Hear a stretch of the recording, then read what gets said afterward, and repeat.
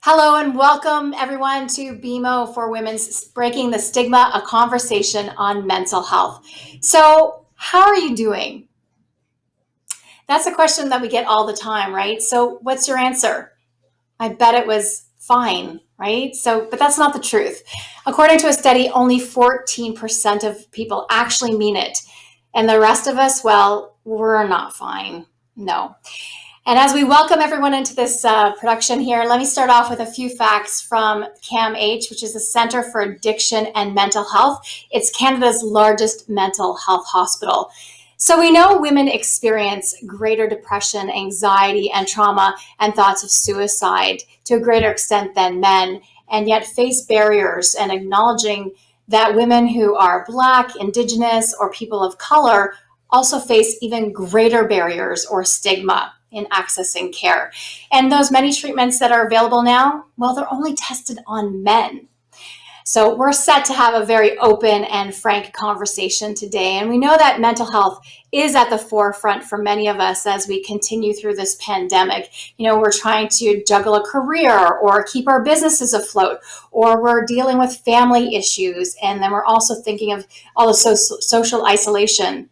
You're lonely, right? Yeah, I think that's a big topic for all of us. So there is more anxiety, more depression, and substance consumption.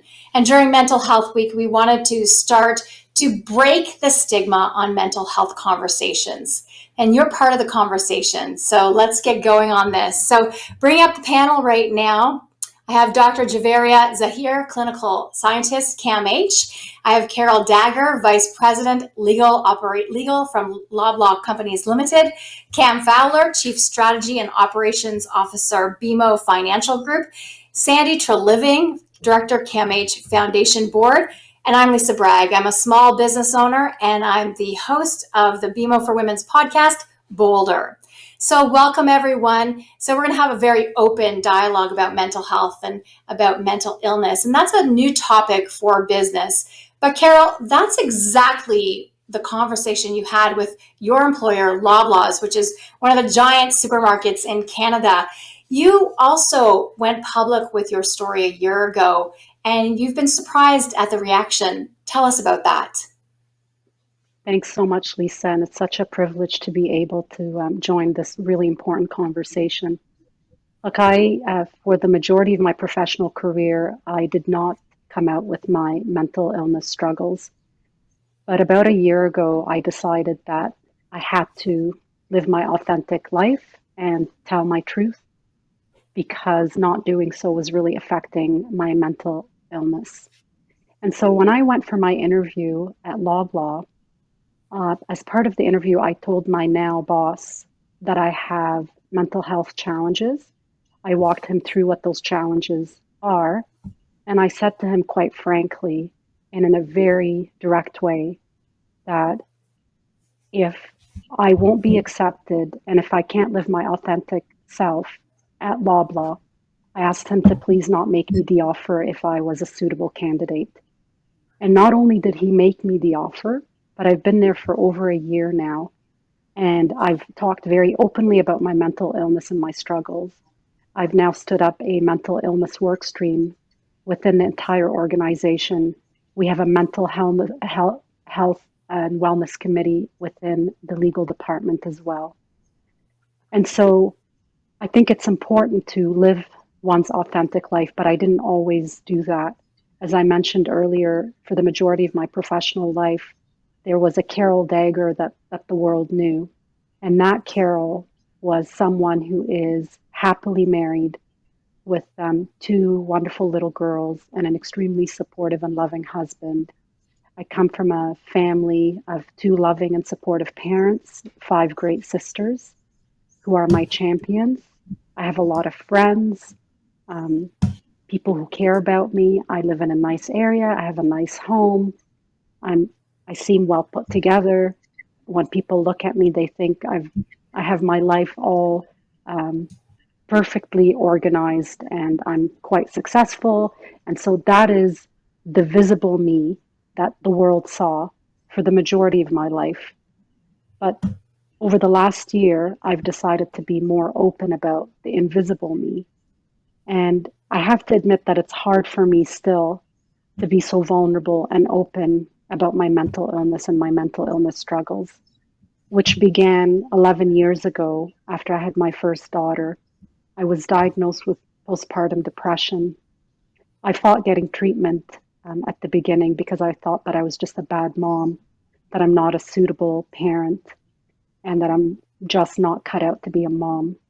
And when I got my diagnosis, I fought getting on antidepressants, but I finally did with the help of my husband and my healthcare professionals. My journey with mental illness didn't end with postpartum depression. My most current diagnosis is treatment resistant major depressive disorder and anxiety disorder. And while I generally have good days, when I am in an episode of depression or anxiety, my days look very different than your days. My days start with suicidal ideation because I dread living another day with so much pain and exhaustion. I have feelings of worthlessness. I feel hopeless. I feel that the world would be better off without me. And I certainly feel that my kids and husband would be better off without me because I view myself as a burden. I have anxiety attacks during the day. I have a narrator that lives in my mind during those episodes, and my mind is a prison. And the narrator is constantly telling me to end things. My life would be um, worthless if I continued to live. But I fight those feelings and I take my antidepressants, realizing that those antidepressants are what keep me alive. And over the years, I've had a lot of different treatment for my mental illness, which include having tried all 5 classes of antidepressants, which work for a while and then they stop working, hence my diagnosis as treatment resistant. I've tried repetitive transcranial magnetic seizures, CAMH, where your brain gets sapped. I've tried cognitive behavioral therapy, and I see a psychotherapist once a week and a psychiatrist every couple of weeks at CAMH. And so it takes a lot of work to manage my mental illness. And what you should take away from that is that I'm very strong, I'm not weak. And having a mental illness doesn't mean that I'm incompetent or lazy or unhinged or can't handle stress. Having a mental illness means that I am sick because mental health is health. And so that is my story. It's still very vulnerable for me to talk about it, but I think it's important to do it so that the stigma around mental illness could get addressed sooner rather than later because mental health is becoming a world pandemic alongside COVID. Carol, thank you so much for sharing such an important story and really trying to break the stigma and get the conversation going for all of us. You know, Cam, there's, as employers, we can't deny that mental health is a huge concern, even as a small business like mine or an international business like BMO. Especially during COVID, it has shown there's cracks in even the best systems. And we've had to adapt again to the fits and stops and starts and changes of routines and loss of coworkers. So I know you were doing things before COVID, but how is BMO prioritizing mental health now? I would say our biggest priority was establishing the mental health playbook with CAMH January 2020. That was a call to action for corporate Canada to say there are 5 measures that we can all take to move the conversation forward so that people like Carol aren't having the conversation by themselves, and that corporate Canada needs to have a strategy. You need to have training. You need to have specific tools. You need to focus on return to work, and you need to measure your progress and get better and better and better. We have, I would say, Lisa, amplified those efforts over the last little while with more of a focus on flexibility, e-training, information sessions. We've done nearly 50 medical-based information training sessions for our leaders. And I would say, maybe it sounds very tactical, focusing on getting people to take real breaks and real time off. As we know, the distinction between work and home is becoming a more difficult one. Yes, it's a blurred line for everything, and for some of us who continue in deep lockdown, it's like when do things end and how do things transition? So, Dr. Zahir, I want to have you come up with on the stage with me now. And Canada was already in a mental health the midst of a mental health crisis before the pandemic. So, what is the research telling us now? Do you have research that has shown anything from what was before to where we are today? Thank you so much, Lisa. I think that's such an important point. This idea that we were in crisis beforehand. I think we think about a shadow pandemic or a pandemic of mental health concern, when really I think the pandemic is a trauma for all of us, and that trauma exacerbates and reveals the cracks and fissures in an underfunded mental health care system. I started at CAMH in the emergency department as a resident in 2007, and we would see 350 people a month. And now we see over 1,200 people per month, people who are struggling, people who are in crisis. And I think part of that is awareness. We know that mental health matters, that as Carol said so beautifully, mental health is health, and that people are deserving of hope and help. And at the same time, you don't want people coming to care in the emergency department. You want people to get care ahead of time and beforehand.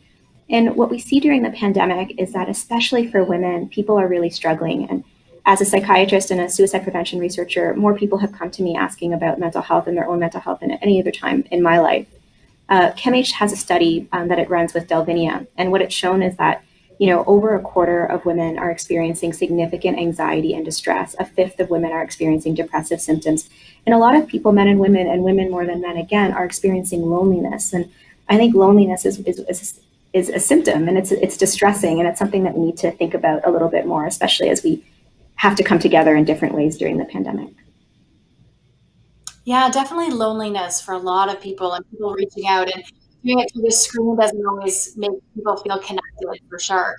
Now, Sandy, there was already a known gender gap in mental health. And just before the pandemic hit North America, your family donated $5 million to help launch Women Mind, which is a community of philanthropists committed to tackling the gap.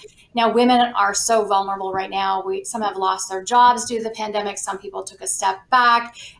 They often have to take care of children at home or elder care now, too.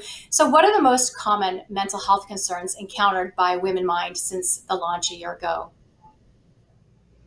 Well, thanks, Lisa, for that question. But as our other panelists mentioned, we're seeing depression hitting women more. We are seeing anxiety impacting women more. The loneliness factor as well. They all play into this big piece. There's a financial piece. Women are losing their incomes. They're losing their jobs. They're staying home as caretakers and caregivers to family members, children, parents, maybe an additional family member. That stress is so huge on women. We need to make sure that we are supporting our sisters and our mothers and our daughters in ways that we have never had to experience before. It's really showing that gender gap issue that Women Mind is focusing on. So continued support for all of our women out there is so hugely important, and building this community of Women Mind is huge in the area that we can give back. And it's been mentioned already that health research is generally done on men, and I know that's a big part of Women Mind is the health research being led by women scientists. And Dr. Zahir, there's a big difference between the genders, both biologically and socially. And I know other panelists will probably want to jump in on this one, but could you tell us a little bit about what the differences are? Yeah, and I think this is something that seems so intuitive and so obvious, that the healthcare needs and the emotional needs of women and men and gender diverse people are going to be different. But for some reason in healthcare, especially in mental health care, that's lagged behind. And it's one of the reasons we were so thrilled about Women Mind as an initiative. So in terms of mental health, women experience higher rates of stress, depression, anxiety, as you mentioned, suicidal thinking. Women are also subject to unfair sexist beliefs, both in healthcare and outside of healthcare. So for example, the word hysteria comes from the word for uterus, to be hysterical, to be driven by something that is like fundamentally feminine. And women experience higher rates of trauma and oppression, especially gender diverse people, especially BIPOC women. And so we need to think about the ways in which women have been left behind in the research. So, for example, a really classic example, I think, is the heart attack. We think about crushing chest pain, pain down one side of the left arm, pain up the jaw. But these are like fundamentally male symptoms. And when you study a particular illness that affects both men and women through a men's lens, you're going to lose sight of what can matter and what presentations can look like for women that can really affect their care. We know that clinical drug trials have been done on men historically, and that means that women may have different responses in terms of adverse events, or they may require different doses. And if we think about women's hormones as just kind of something that is not scientific or something that takes us away from science, we exclude them. And that means we exclude people who are suffering from perinatal or postpartum depression. Only 15% of women get adequate treatment. Conditions like premenstrual dysphoric disorder, menopausal depression. And with investment in women's mental health and an understanding of these fundamental differences, we can both, privilege women researchers who tend to do work in these areas, giving them a seat at the table. And we can tackle these really important questions and change that gender gap, both on a societal level in terms of equity and inclusion, and also on an individual biological level through treatment and access to care. Javier, I want to tease out a little bit in there because I'm going to be the person on LinkedIn to talk about menstruation and perimenopause. I hope I'm not when I bring this up, because I know that's a big factor for a lot of women with mental health and well-being is during those times of the month or the state of perimenopause. Those are different hormonal times, and there's a lot going on. Carol, you mentioned something to me about that in the last conversation we had. Do you want to jump in on that? Oh, I would love nothing more than to jump in on that. I am so excited about Women Mind because I look forward to the day where the research is customized for women's mental health. So I mentioned that I suffer from depression and anxiety, and I can tell you that the 5 days leading up to my menstrual cycle, I go into a very deep episode of both anxiety and depression. And while CAMH and Women's College are doing their best to help me manage that by increasing medication, the reality is there is no treatment out there right now to help women like me for that 5 day period where suicidal ideation is so high between the time you get your period and the 5 days before. There has to be specific research to address this particular issue that most women face. And I'm not ashamed to talk about it because it's real, it's painful, and it takes a lot of courage to come out of that 5 day episode.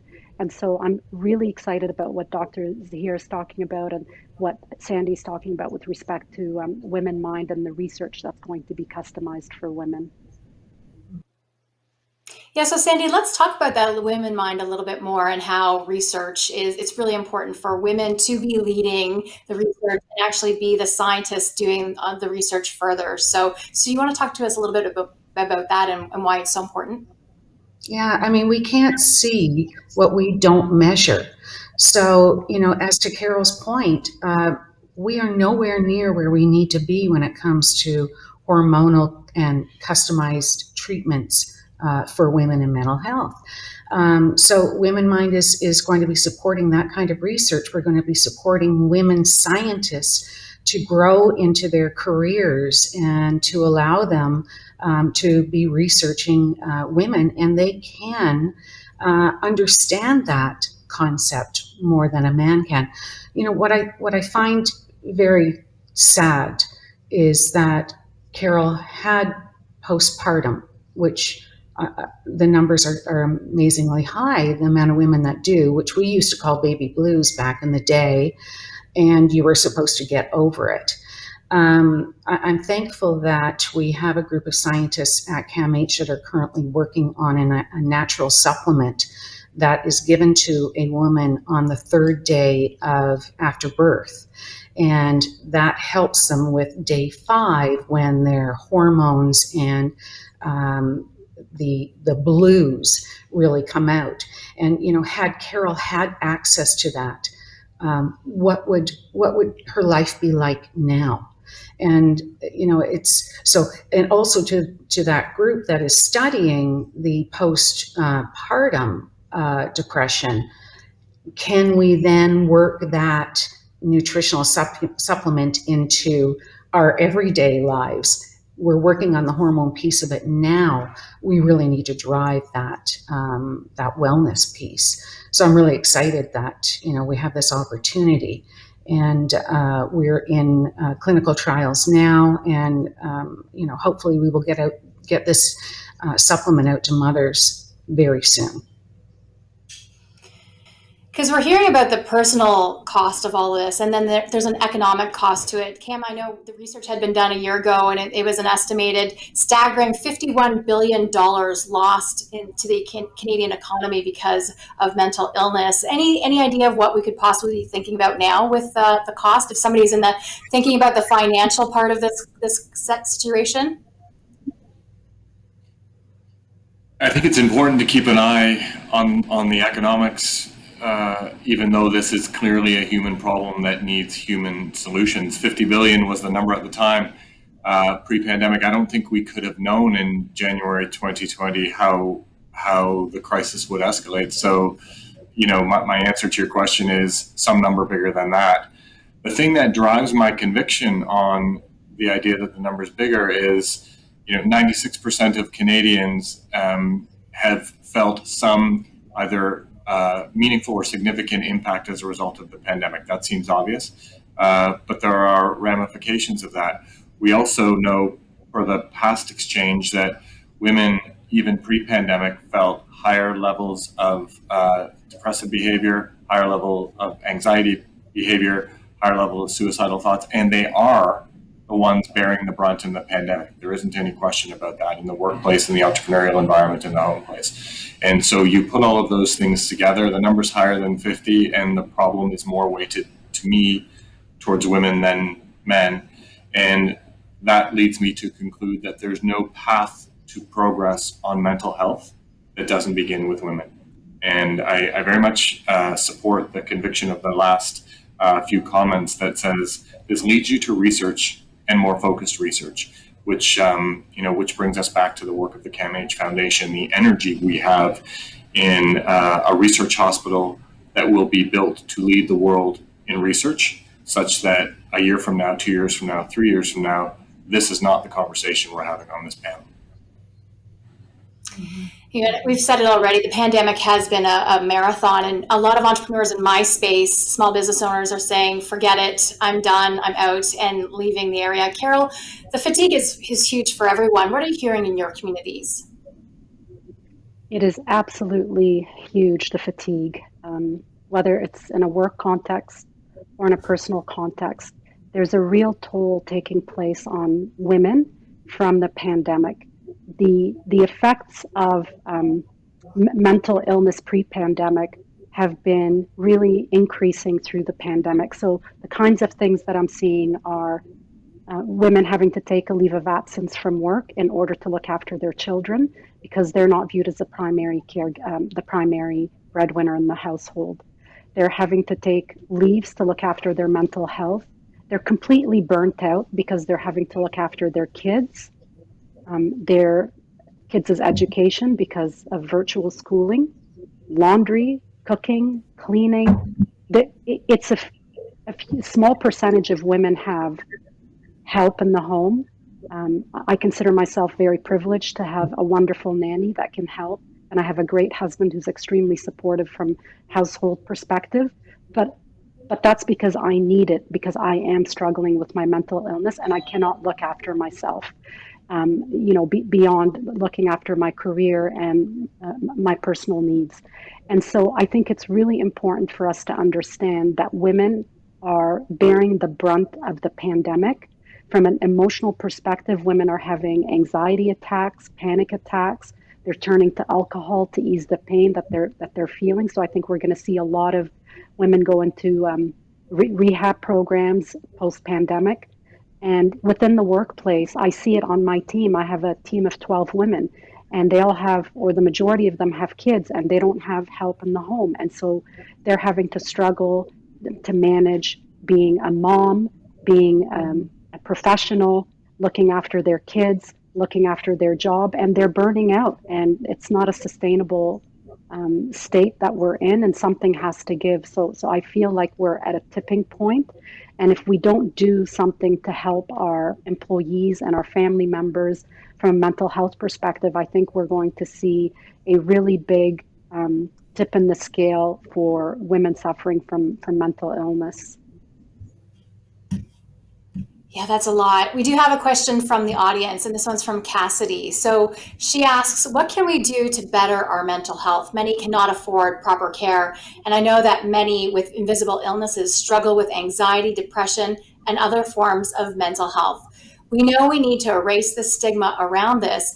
Many feel that those with invisible illness don't worry or deal with mental health issues, so they hide their conditions. What are some tips that you would have for women who are dealing with this? I think we all have tips, but let's start with Dr. Zahir. I think this is such an important point, and it speaks to the need for broader societal change. One of my favorite expressions, a child psychiatrist said this to me once, to strike while the iron is cold. And so we need to start with our children. You know, I have a 7 and a 3-year-old, and I know that a lot of people here have children, and the idea of like having these conversations about mental health, that mental health is health, that your feelings matter, that if things get hard for you, we are here and we will be there. If we can kind of create that scaffolding, then when you do need the help you deserve, you know that that scaffolding is there rather than starting from scratch. I think the work in businesses is so important to normalize, as Kim and Carol talked about, talking about mental health and seeking mental health care as something that is a positive and brave and important. I think these are really important. And I think finally, we need to think about ways that we can make sure that we can deliver mental health care equitably to women who are suffering, to everybody who is suffering, so that women know that, like, hey, if I reach out and I ask for help for my invisible disability, that whether I live in Toronto or Timmins, I'm going to get that help. And it's not going to be different based on who I see. I know exactly who to talk to. So the easier access can be, to make sure that we have evidence-based care for everybody in this country, then I think it's going to make it easier to get the help that we deserve and to talk about mental health. Yeah, so how do we actually talk about mental health and, eliminate the stigma? I'll leave it to anyone to answer. Stepping in for sure. Community leaders play an important role in getting rid of stigma. Open, honest conversations about perhaps what they're feeling. I know that our business leaders that Cam is chairing is all about that. How do we ensure that even our leaders of big corporations are speaking about what's going on in their world?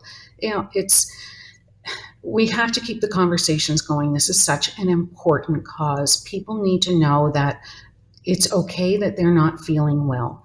And we need to emphasize that we're not requiring perfection from people. Some days you're going to have good days, some days you're going to have bad days.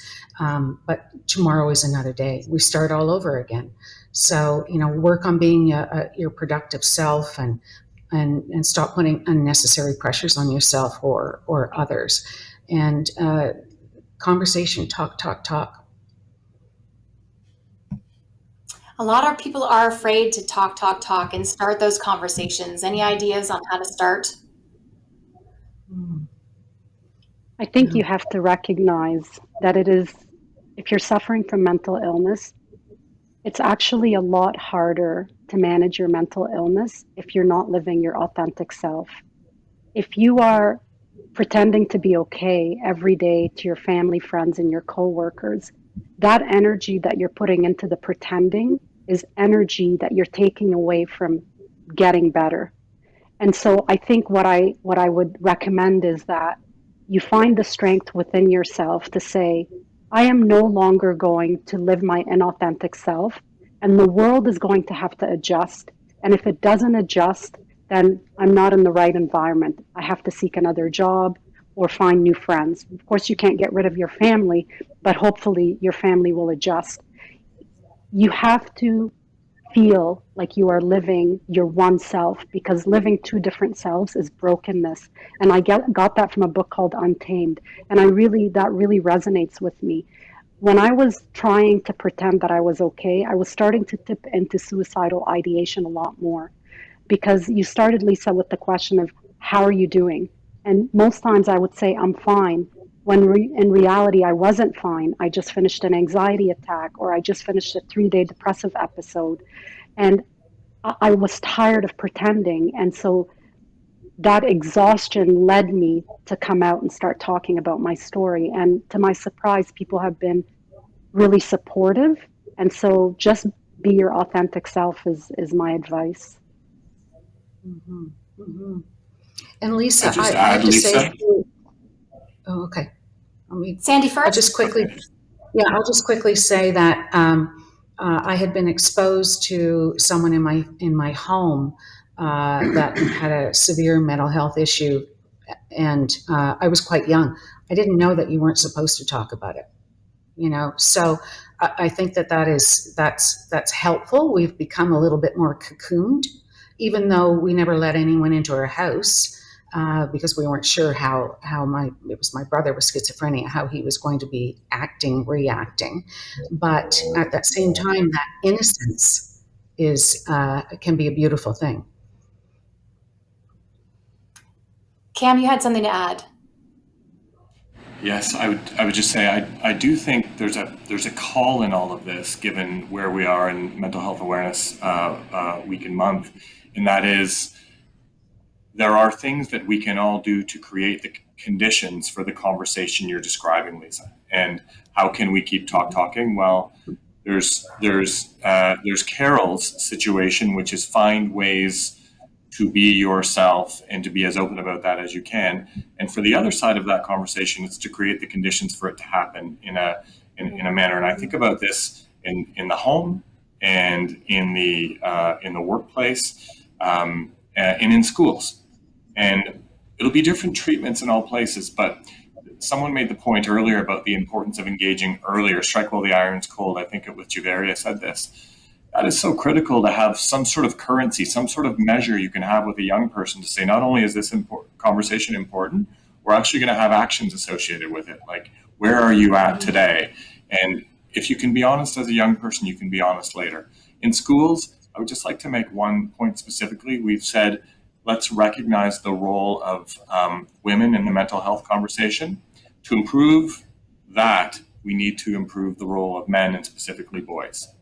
And I just think it's a really important thing to recognize the power of the teaching that's going on in some circles now, teaching boys a new conception of what it is to be a boy, and ultimately a contributing member of society as a man later in life. And it's different than what we would have been taught before, and helpful, I think, to this conversation, because to make this a conversation more about the impacts on women, men need to change, and the conversation needs to change. Yeah, you're here. Juveria, did you have anything you wanted to add? Just very briefly to pick up on Cam's point, which I think is such an important one, is that when we talk about gender roles and expectations, so for women that we, as Carol said, we hold it all in, we act like everything is fine, we care for our families, or for men, we don't seek care, we be strong. What it creates is this toxicity, and that toxicity is an environment that affects both men and women. It means that our sons aren't going to get help. It means that they won't process their own trauma and make it more likely to enact trauma. It means that women might not be able to disclose around things like alcohol use, which seems like very male, and men may not be able to talk about depression, which is traditionally a feminine kind of illness. And so I think if we can, as Cam said, talk to ourselves, break down these kind of gender dynamics and these gender sort of rigid structures, I think we'll all be much better off. That's great. Thank you. Now, we want to keep this conversation going. We don't want this to be inspiring or a moment in time. We want you to really help expand the conversation and get it going in places that maybe the light needs to be shone into. So being brave and listening when we could and getting the research. So we have a call to action from each person. So Carol, let's start with you. Thanks, Lisa. I have 3 calls to action. And the first one is really for everyone, especially leaders, to educate themselves as to what mental illness is and what mental illness is not. Because if you remain uneducated, it will be very difficult for you to help people in your workplace or within your family or your circle of friends to manage their mental health. And the second one is for all of us to be compassionate and vulnerable, but especially for leaders. Leaders have to lead by example. They have to show their vulnerability and their compassion, especially when people open up to them about their mental illness. And the third, I think, and very important call to action is the mental health community needs a lot of funding. There's a lot of research that needs to be done. There's also a lag in treatment timing. So, in order to get treatment for RTMS or CBT or just to see a psychiatrist or a psychotherapist, there's usually a wait time. And that wait time can mean the difference between life and death for someone managing mental illness. So, I just urge you to get involved in any way that you can, help raise money, get on boards, volunteer your time, because the more money that the hospitals like CAMH and CAMH Foundation and Women Mind have, the better the research is and the better the treatment is for those of us suffering from mental illness. But I'll close off by saying, at this point in time, the most critical thing is to bust the stigma, to let people be able to live their free and authentic self. Great. And we'll have some links to resources in the chat too. And Cam, what's your call to action for people? Well, I'd start by saying I accept Carol's call to action. I think that's just so well said. And to break the stigma as a primary one, I would accept the challenge and say I will do my part and ask others to do their part to create the conditions for the conversation, whether it's at home or in schools or in workplace. I'd add my own challenge, which is a two-parter. Number one, to the extent that you have an opportunity to influence your workplace, commit to the recommendations of the playbook about having a strategy, having training, having supports, focus on return to work, and measure yourself. It makes a difference. And Corporate Canada has a significant role to play in this conversation, including supporting the science of brain research. And that's my call to action. Thank you. And Sandy? Well, philanthropy fuels everything that we do at CAMH. It allowed us to open up our new critical care buildings.